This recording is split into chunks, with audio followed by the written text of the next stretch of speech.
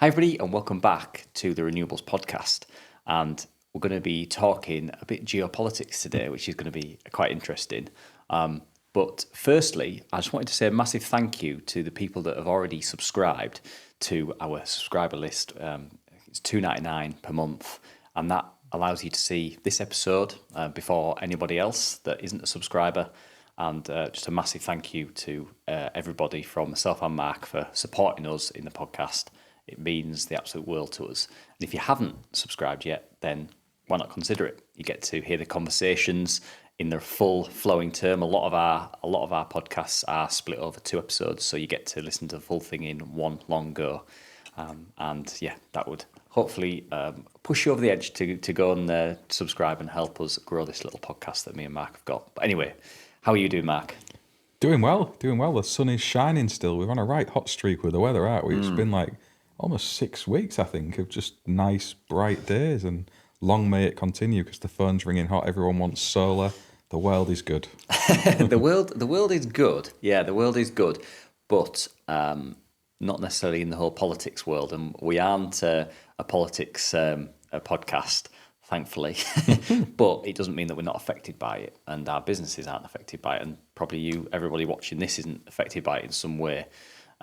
So we're going to talk about how the world as it is at the minute may affect the planning that we make in our businesses for materials, potentially what customers should maybe look at in terms of pushing the button sooner rather than later, or trying to, last it out and all this sort of stuff. I think we'll go into that. But obviously we're talking about the world of the Donald Trump world at the minute as it seems to be. And the issues that have been fairly recently, as we're filming now, created. God knows where we'll be when this goes out, but where we are now as we film this, and things that we need to consider as people that offer quite a product-heavy service.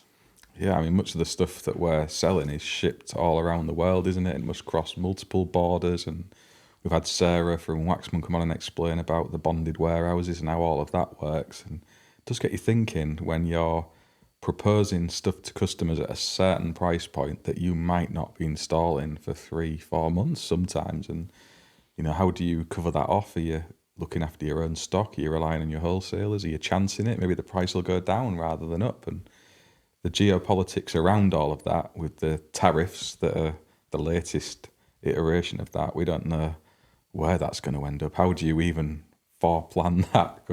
It's like mad, isn't it? It is so crazy, and as of today, Trump has basically reset everyone down to 10% as a 90-day pause, and you have countries like Vietnam that were on like 40-50%, and suddenly they're at 10%, but everyone's been reset apart from China, who were on like 125%.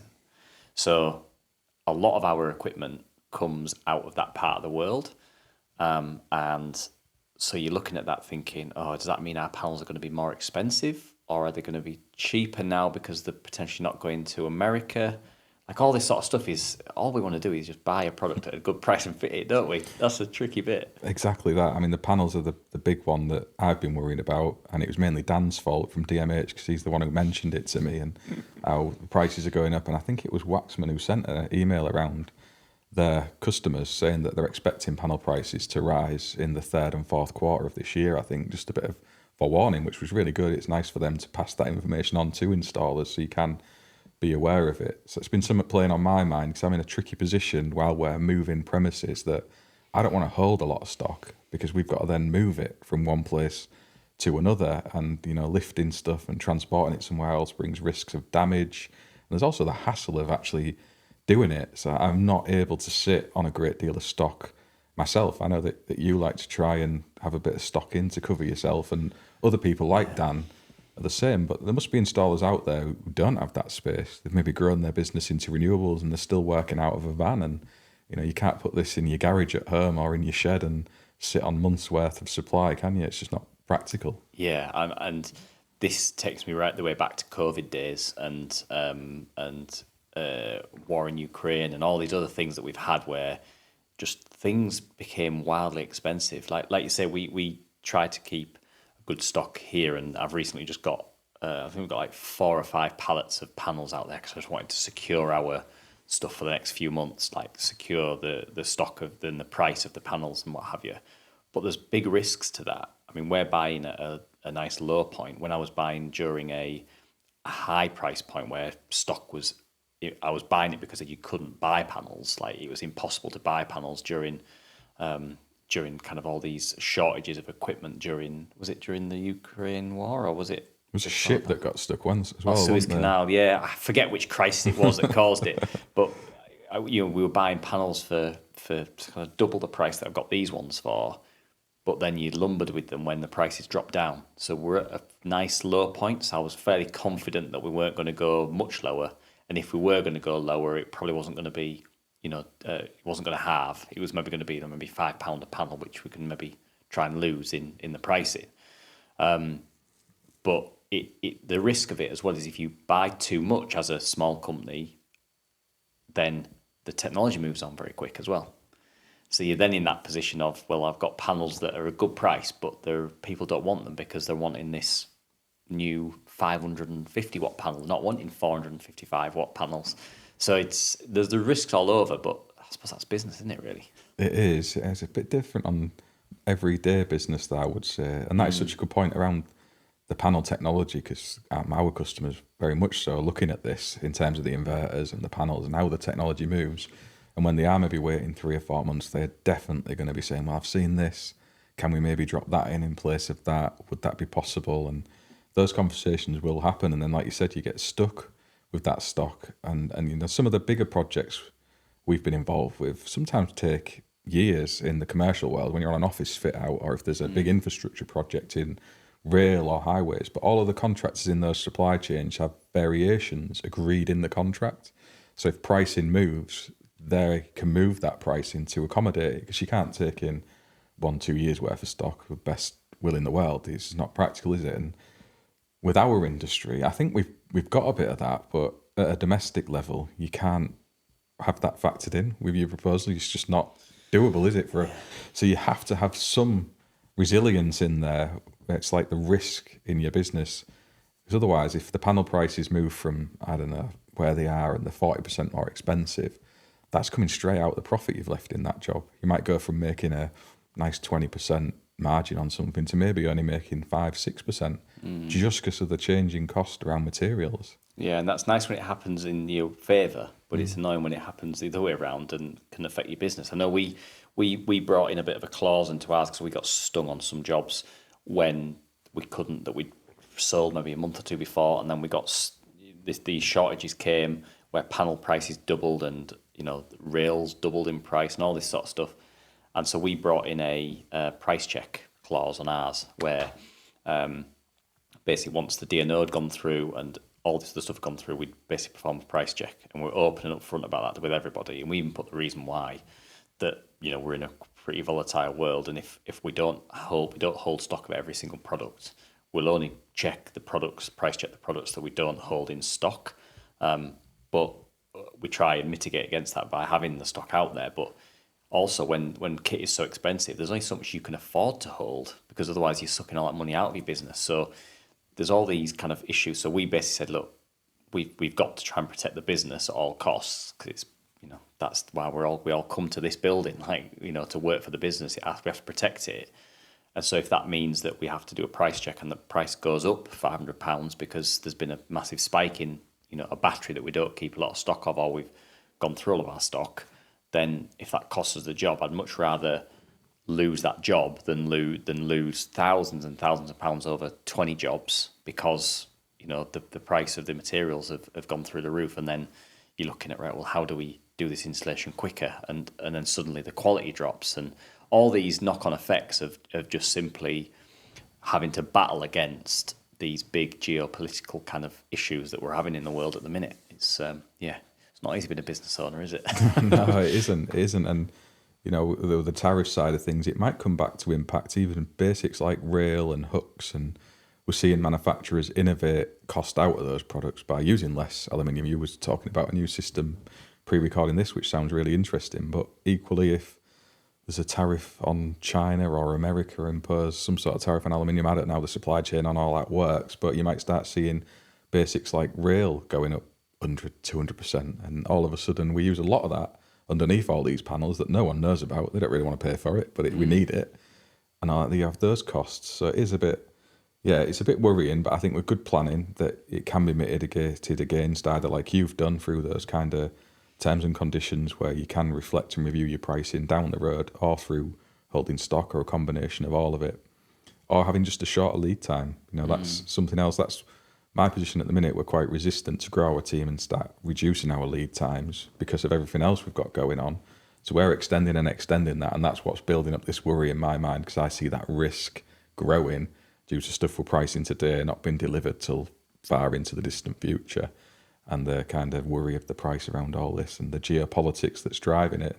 It's not just the prices either. We've had conversations with customers about particular kit that certain people invent and sell through their brands, and they're not popular anymore due to their allegiances in the world of politics. Tesla's one that springs straight to mind. We had 3 installs booked on that were all cancelled because of what happened with elections in America, which is crazy when you think about it, but that's the reality. Yeah, that's it. So you've got quite a lot of different factors with this, with the whole geopolitical thing. You've got actually being able to get the kit because people pull out of markets and what have you, or these tariffs make it crazy expensive.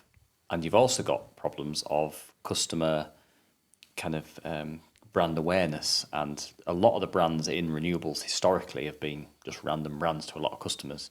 But then you start to get the Teslas enter it, and companies like LG, that people like, names that people know, and suddenly you bring in a public perception of that company.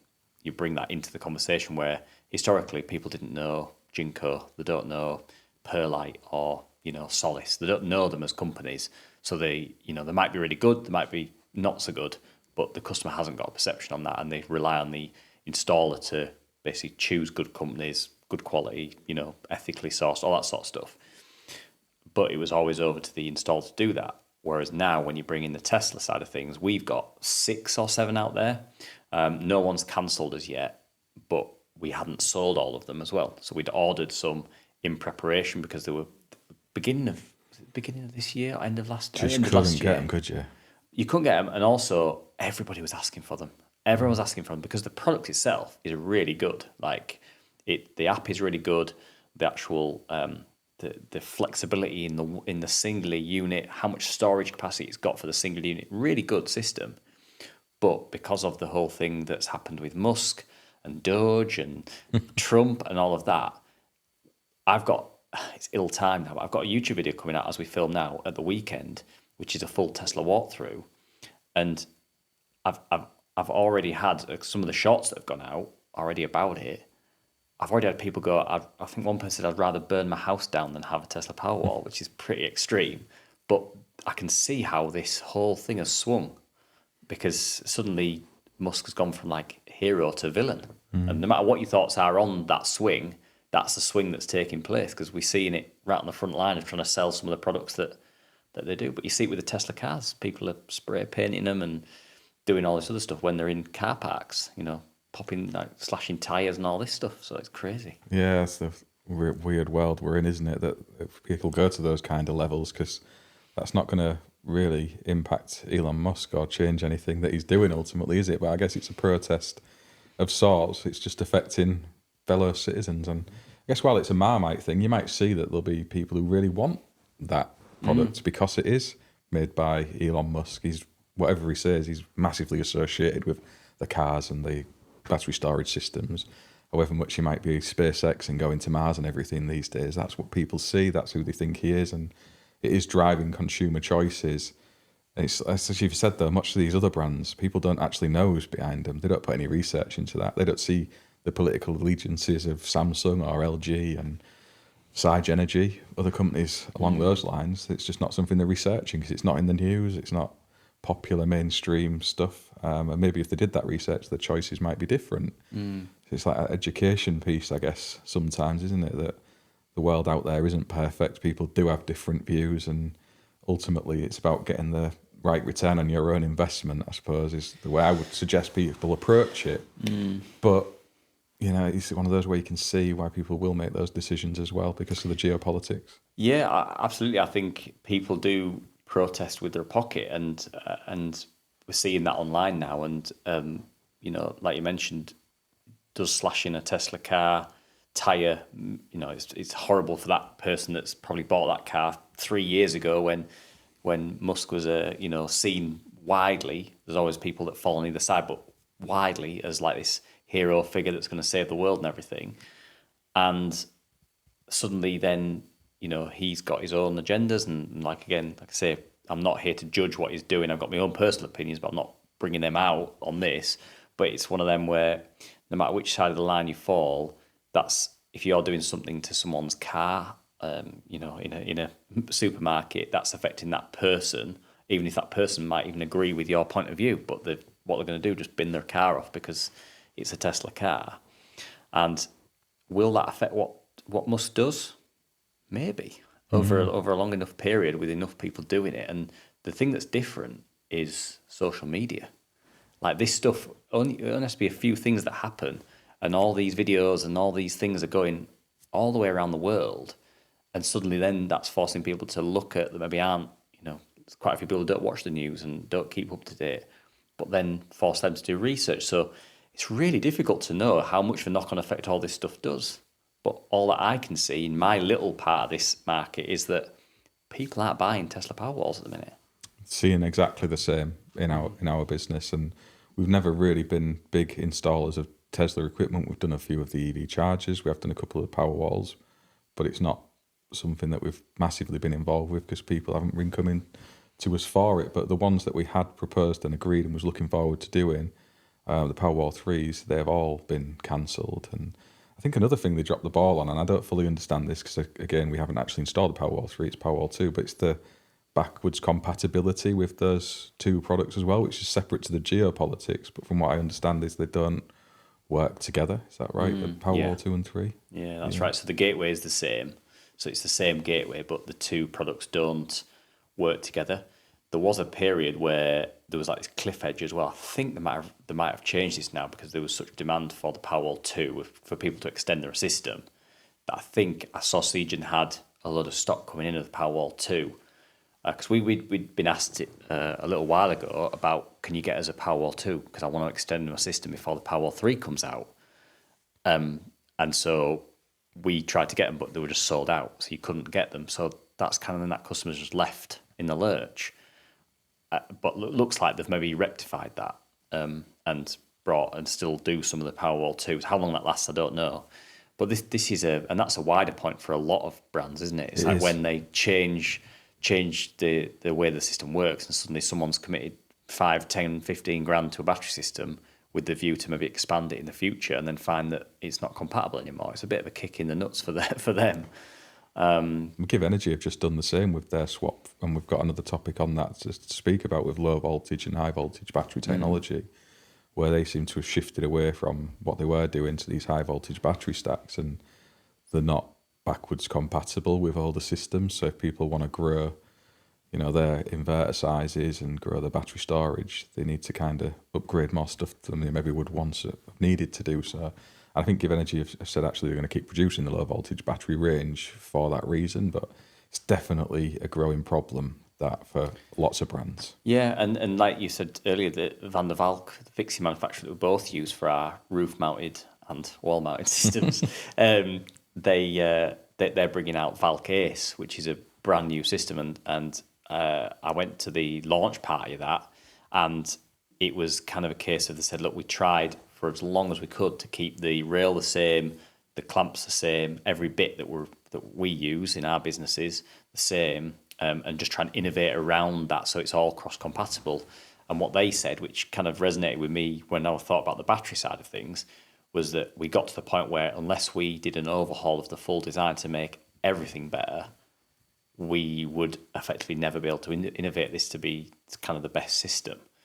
And that, I suppose, is the same with battery storage. As the technology, increase, as the quality of the chemistry and the technology kind of improves, there probably comes this point where they have to just go, "Oh, unfortunately, we've got to do it. It's just not going to work because that's an old system now. My energy did it with the Zappies, and they basically said, look, that Zappy V1 is just not going to have any updates now because it's just such old technology. And I think they did an offer where they would with like a discounted upgrade and stuff. But yeah, it's a real head scratcher for manufacturers, I suppose, because they probably don't want to be seen to be disloyal to their people that have helped them grow, but equally they don't want to get left behind with innovation when you've got great companies like SIG coming and snapping at their heels with all this new technology, and like Anchor and all these lot that are coming out with this new innovative stuff.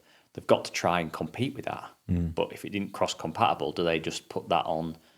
Do they just put that on hold, or do they go, fortunately, we'll try and support customers and make that older battery system for a while, but then we're going to have to go with a new product line that isn't cross compatible. But yeah, I think that was one of the things that had put people off. Well, certainly in my experience, one of our customers was worried about that because they'd seen how it didn't integrate backwards to Powerwall 2. And I think for a brand's point of view, you'd want at least a generation gap of a buffer where there is that. You can't expect to go all the way back, but there should be some overlap. Yeah, I think as stuff is innovated. But it's a tricky one. As you say, with the battery chemistry side of things, I imagine that is going to start changing leaps and bounds as we move forward over the next 5-10 years, which isn't that long a time frame really. And is it realistic to even expect that that's going to be possible?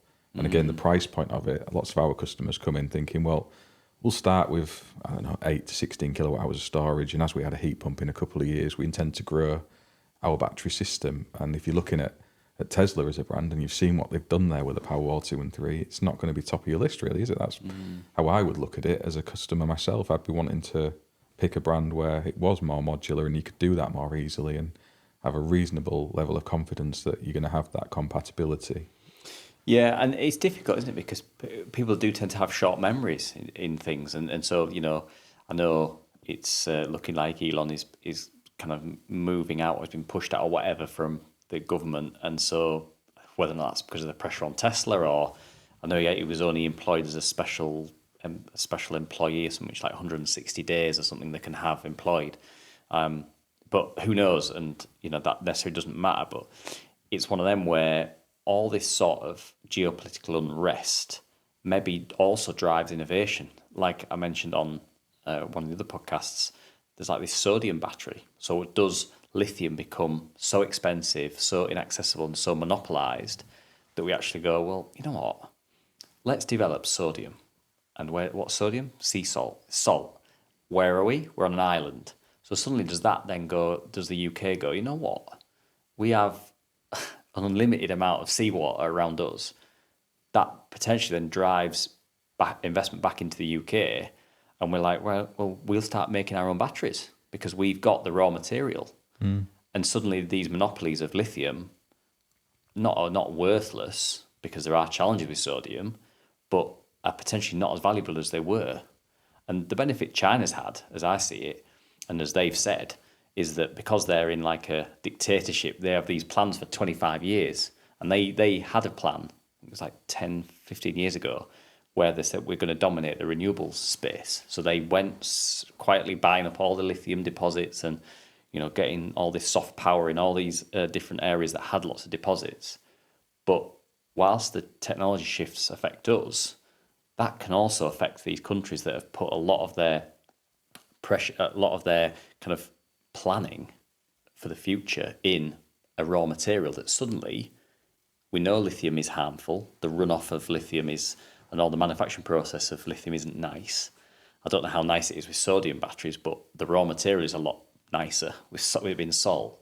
So suddenly does that shift that whole manufacturing process away from places like that to smaller places where the actual raw material is so much more abundant because it's just seawater or other sort of salt deposits that places like with deserts and that have, and all this sort of stuff. It's just, yeah, it'll be interesting to see that. And the sodium side of things is quite exciting. A long way to go with it, but yeah, I think that might be a really big shift that potentially some of these countries that are relying on the lithium being the key ingredient might kind of have maybe overplayed the hand potentially. I guess the underpinning principle of what it looks like is going on is that lots of stuff is made in the Far East at the minute, and that's where manufacturing is generally done. And India and Turkey and all these places have big manufacturing facilities that are serving the majority of the world. And it looks like these tariffs are aimed at pulling some of that manufacturing back towards America. Whether that is something that is actually a policy or it's just a bluff to try and get some better deal or whatever, I don't know. But it does bring a bigger question about making more stuff closer to where it is used rather than relying on this vast international network of shipping stuff all over the place, be it solar panels or be it smartphones, cars, or food.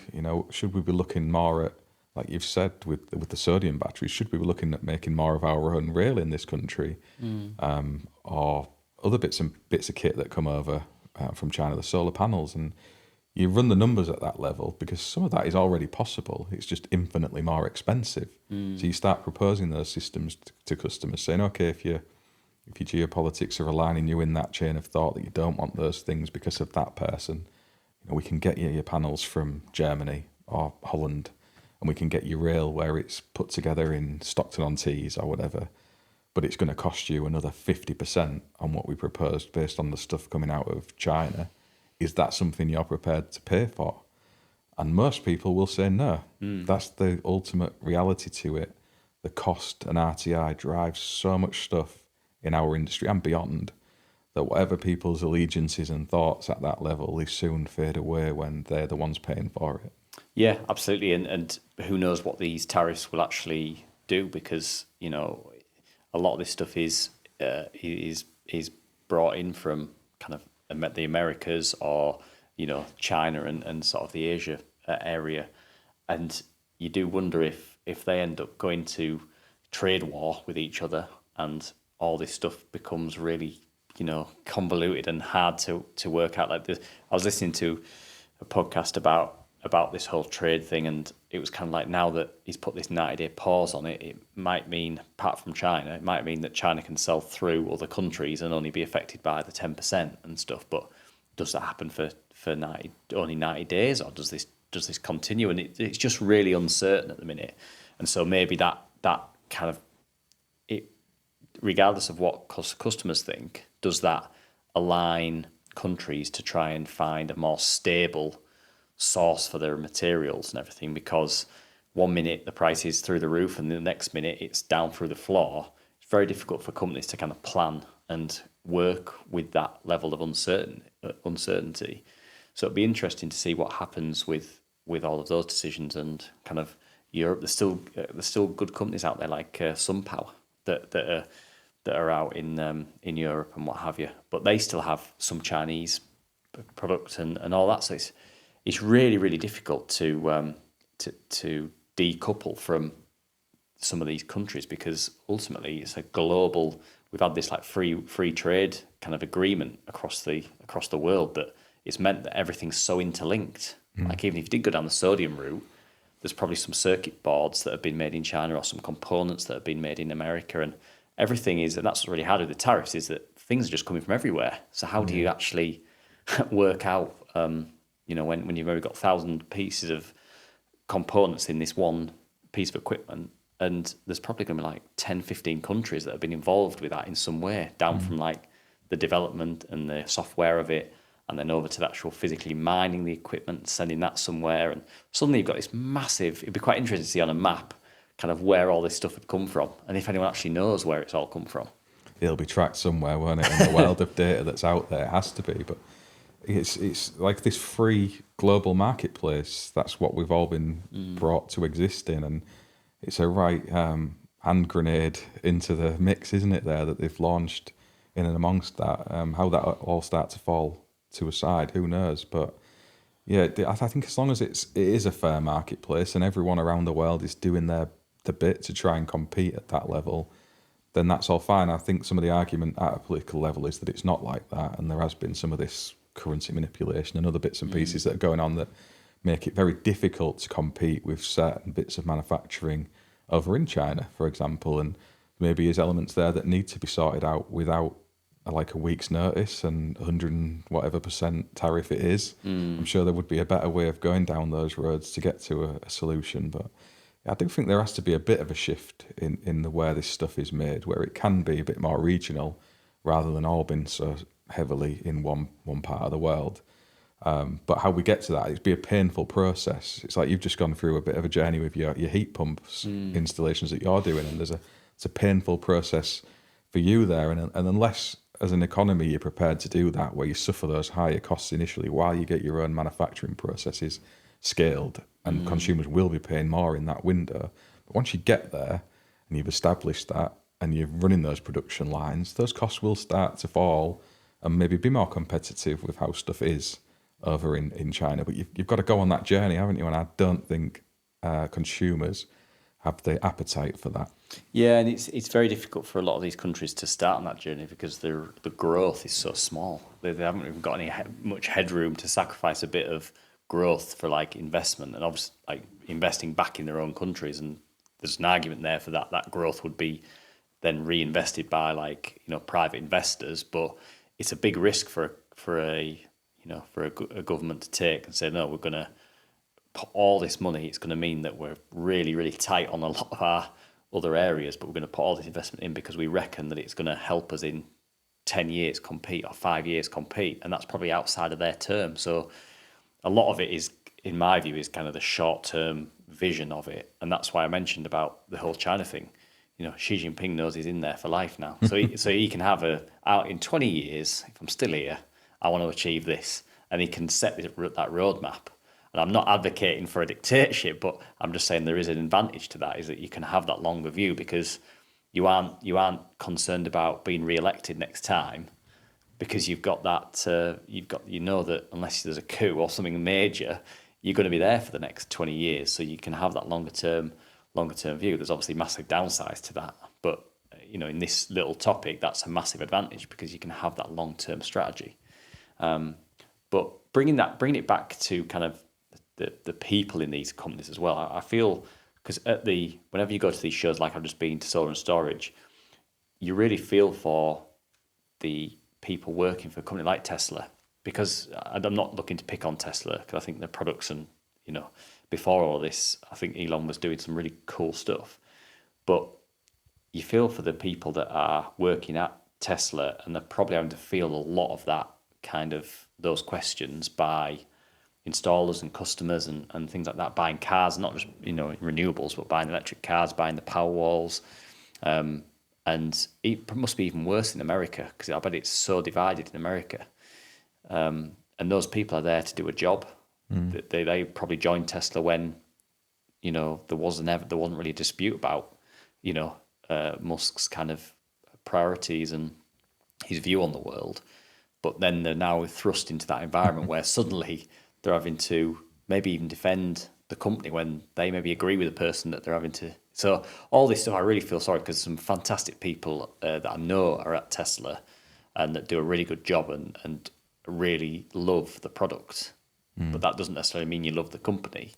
So yeah, I feel really sorry for them. There's no excuse for where people have pushed it into the realms of stuff that's illegal, like where they're damaging others, people's property, and making people uncomfortable and going to work. That kind of thing shouldn't be happening. And you're right that there is all these people who work in all these brands doing hard work with probably no political allegiance either one way or another, and all of a sudden the place they work is front and centre to that because of the inventor of that particular company. And it's a hard thing for them to go through.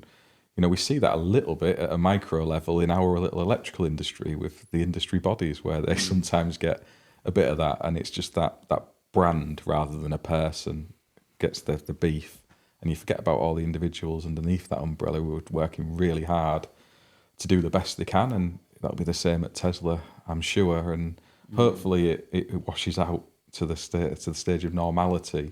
I think eventually it'll get there, won't it? That people have short memories. We're like we are a tribal.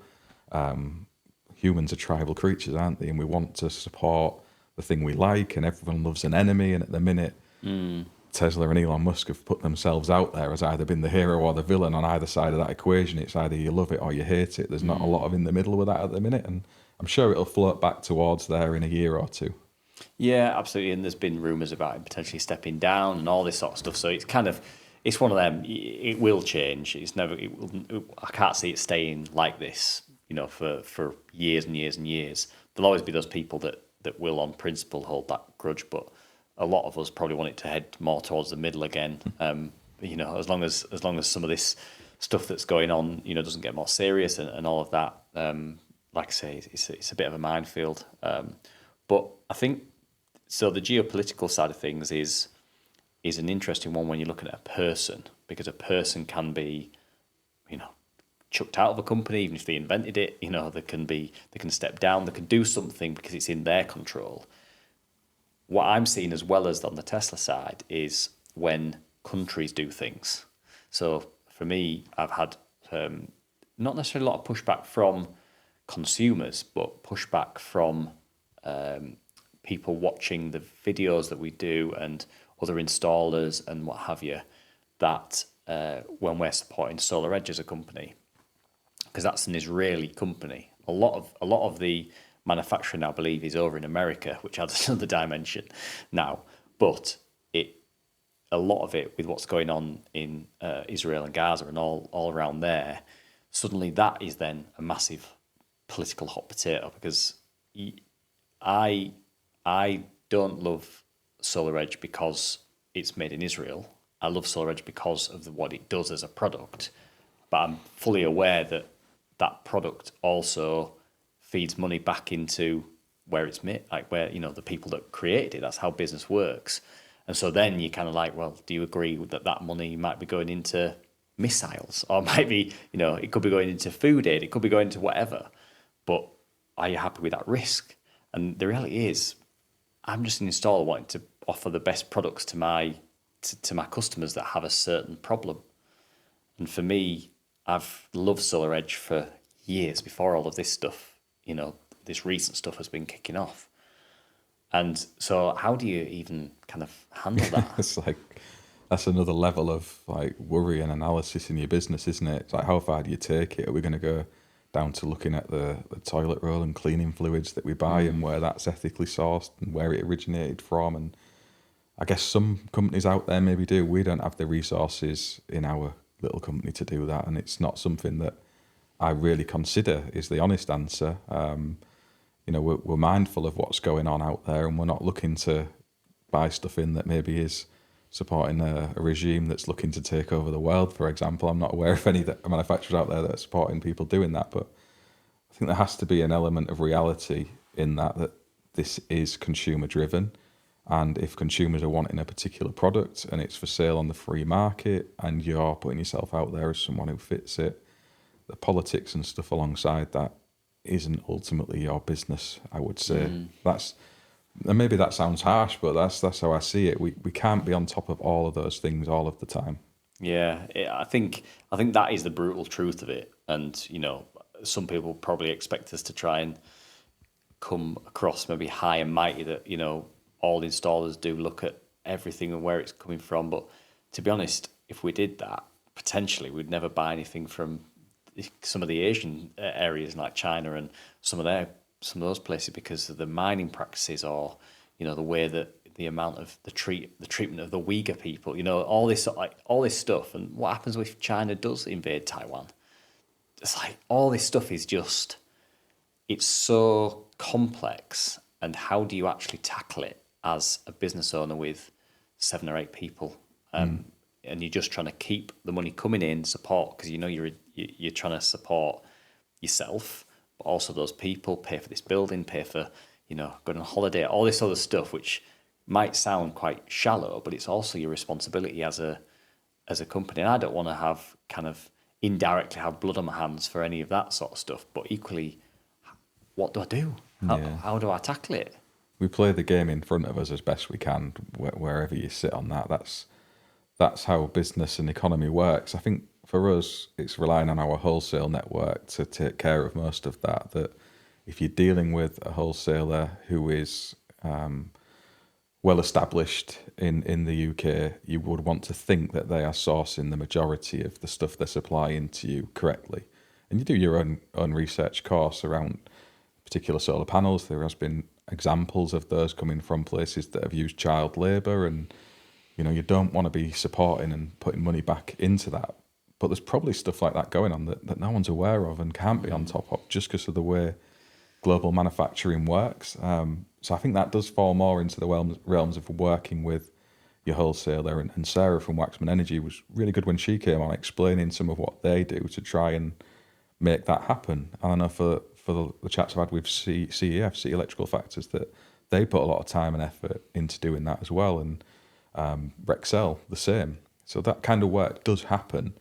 And I think you have to let them do the heavy lifting on that basis, because there just isn't enough hours in the day, to be truthful, for us to be on top of that.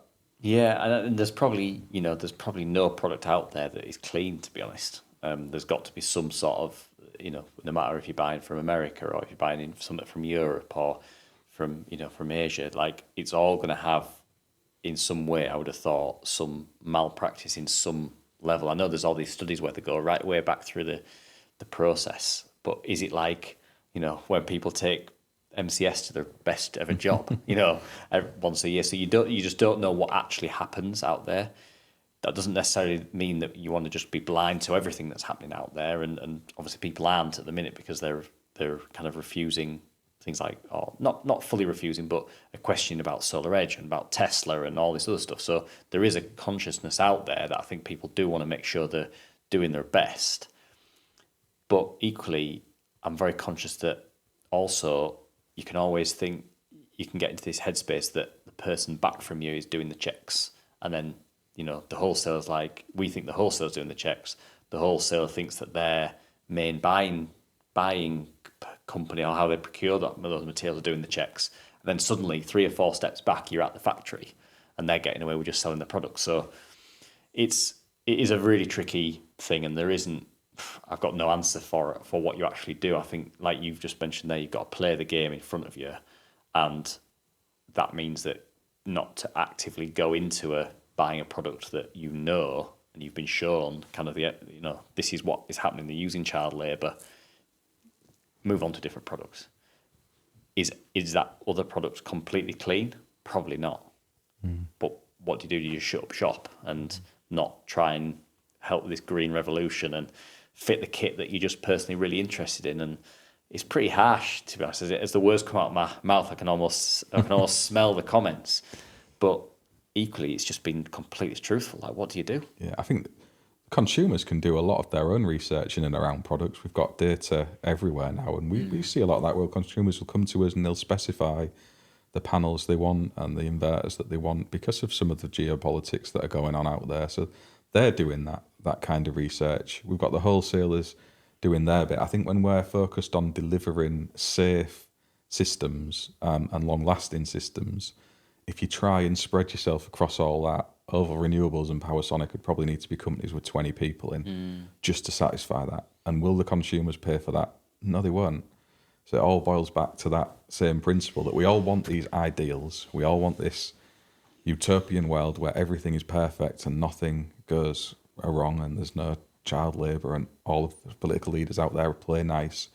But to have that costs a lot more money than people are prepared to pay. And that is ultimately what underpins the economy. That's how things work out there in the marketplace. And if you try and set yourself apart as that beacon that is doing everything right, you'll probably find yourself times more expensive than the next person down the ladder, and no one will be booking you to do anything. Yeah, it's the harsh reality of it, isn't it? And it's a very, very difficult topic to approach, really, because I think a lot of us know this, a lot of us know it, but a lot of us kind of have to just operate within the game that's in front of us, like you've mentioned, because it's just so much. It's such a huge problem, and not one that any of us have the resources to really solve, because it's happening outside of our sphere of influence. And yeah, it's. I mean, these are just our raw thoughts on it. You might think different out there watching this. So if you've got any experience or comments on that, I mean, I'm not tied to my views I'm sharing here on this podcast. It's just what I'm thinking in conversation with Sam. So drop them in and educate us if you've got data out there that can help identify some of this stuff that maybe shouldn't be happening. chuck it in there alongside wherever you're watching it, because we're here for that. We'll have another conversation, and if you want to come in and chat with us about it as well, the geopolitics and sourcing of materials, please feel free. It's like an open door here to anyone who wants to come and chat, isn't it? Yeah, absolutely. Like I say, we're busy running our own companies and doing this podcast, and so there's only so much we can be across. We have an active interest in this area, in this kind of environment, but it doesn't mean we know everything. And I think some of these problems are too big for any one person to know. So that's why, again, we go back to why we're doing this podcast, is to kind of ask these questions and raise these points to hopefully educate ourselves selfishly, but also share that education and put it out there so that everyone can benefit from it. Hopefully to help other installers, because I know from chatting with other people like us out in industry, they have the same thoughts and we don't know the answers, and it might help them as well. So do get involved in those comments. But what's your gut telling you, Sam, on these prices before we wrap this one up? Do you think they're going to go up? Do you think they're going to go down? How do you see it the next 6 months? I think they will. I think they'll go down, mainly because I think it depends how hard and for how long Trump goes at China, because that is the place where a lot of our product, our batteries, our panels, and everything goes. And I almost think that the harder he goes at China with tariffs, with imports coming into America, I think China, you can't just turn the machine off. I think they're going to have a massive surplus of product, and that's going to potentially bring prices down, because it's like the whole supply and demand thing. The supply is potentially going to outweigh the demand. There's huge demand at the minute, it seems like, in the UK, but we haven't seen that affect the supply into the UK, where we can't get enough product to supply it. So it's going to mean, for me, that there's going to be a big influx of panels coming into the UK, and maybe even the storage systems and all this other sort of stuff, potentially, that may drive prices down. How far down they can be, I don't know. Like, to give you a bit of an insight, our average price when we first started for most systems, mainly because of the material cost, was between 20 and 30 grand, because they were usually fairly big systems with big batteries. Now our average price for, this is domestically, our average price is between kind of 15 and 20 now. Or, well, maybe it's about 12 and 20, something like that. So it's dropped nearly like 10 grand off. So how much further can that come down? I mean, it opens it up to a lot more people, but the installation cost doesn't change. The labour cost doesn't change. It's just the material cost. And we've seen quite a nice drop in that. So I don't know, what about you? What are you thinking? If I'd been asked that question 3 or 4 weeks ago, I would have been saying they'll go up. But having thought about it, and basically on what you've said, over the last 24, 48 hours, I think you're probably right. I think if the tariffs hold, China has to send all that stuff somewhere, and I reckon the EU and the UK will lap that up for a period. Probably more so with batteries, I think, than panels. I think we're probably at the bottom of where panel prices can go in terms of what it costs to make them and send them anywhere. I don't see them falling too much, but time will tell. And yeah, I make you right on what you just said there as well. I think you're on the money with how that's going to play out. It'll just be interesting to see, because we don't have a crystal ball, do we? What have we not mentioned in this podcast that we mention in pretty much every podcast?